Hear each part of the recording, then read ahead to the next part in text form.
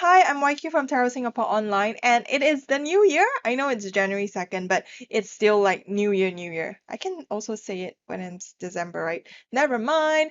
So today we're going to talk about how to choose a tarot card of the year. I know that there's some formula that helps you choose like your tarot card of the year based on your birth date.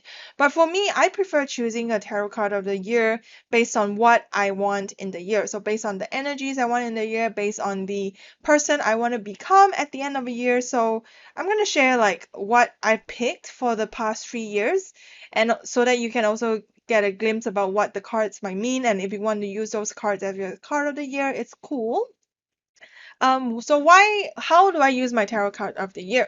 So my tarot card of the year is basically, for example, the first time I actually did it was 2018, where I chose Strength. So this is the Delos Tarot. It's super adorable. So basically I chose Strength because I wanted to remind myself that I have the strength to overcome whatever problems I might have. So whenever, I'm going through tough times, I would just remind myself, hey, you know what? Strength is my tarot card of the year, and basically I can go through this. And it has been quite helpful because every time things aren't really well, I can just remind myself, hey, strength is within me. I'm part of strength. So basically, when you choose a card, it's kind of I am this card for the whole year. So when I chose strength, it was like I am strength, I am strength. So basically, it's a reminder that I have the capabilities to overcome problems, the ability to the ability to just be the better version of myself that I want to be. And it was after a year, then I used up all the strength that I needed. So in 2019, I chose a different card. At first, I had something in mind. I had something like, whoa, I want to be the Empress. I want to be creativity. I want to be abundant. I want to be like soft and feminine. But then, boom, I found the Magician. So the Magician is, let me find, the Magician is a card about creation, about like having, you are the source of magic, that you are able to create whatever you want because you have all the tools you need. So this is the Magician card that I have on my phone screen. Basically, it's just a reminder that, oh, I'm my own fairy godmother. So this is by Yoshitani, I think.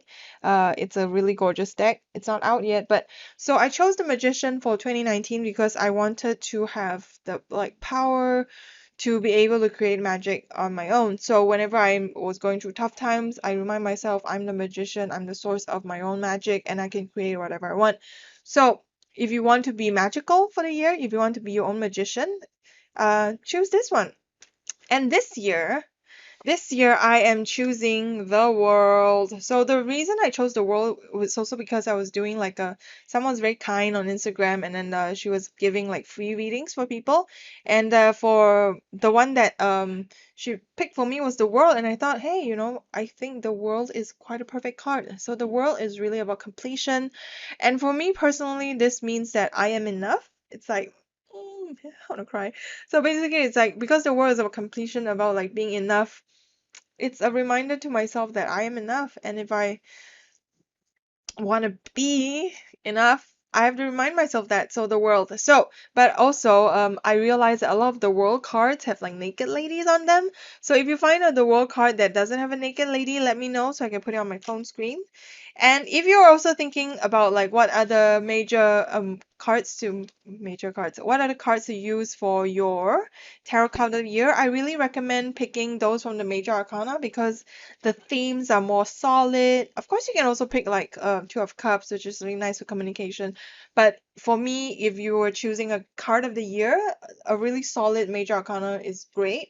So if you want to like really be in touch with your intuition, be in touch with like your inner knowing, the High Priestess will be a good card to pick. If you want to like have a lot of drive to just like go places, the Chariot is great. I also find that the Chariot is great when it comes to manifesting for career as well. And of course, if you want like love in your life, choose the Lovers. But I also feel that if you choose the Lovers, it's not about the other person, but more about you. How can you become like the best lover? Not in that way, but the best partner that someone could have, the best lover to yourself as well. It's kind of like oh, so cheesy, but it's true, that. And if you also want something career related, the Emperor is great. The Emperor is more solid. So the Emperor is more like stable kind of career energy versus the Chariot, which is more like a drive where if you're in the 20s, probably the Chariot is great, just like going through it.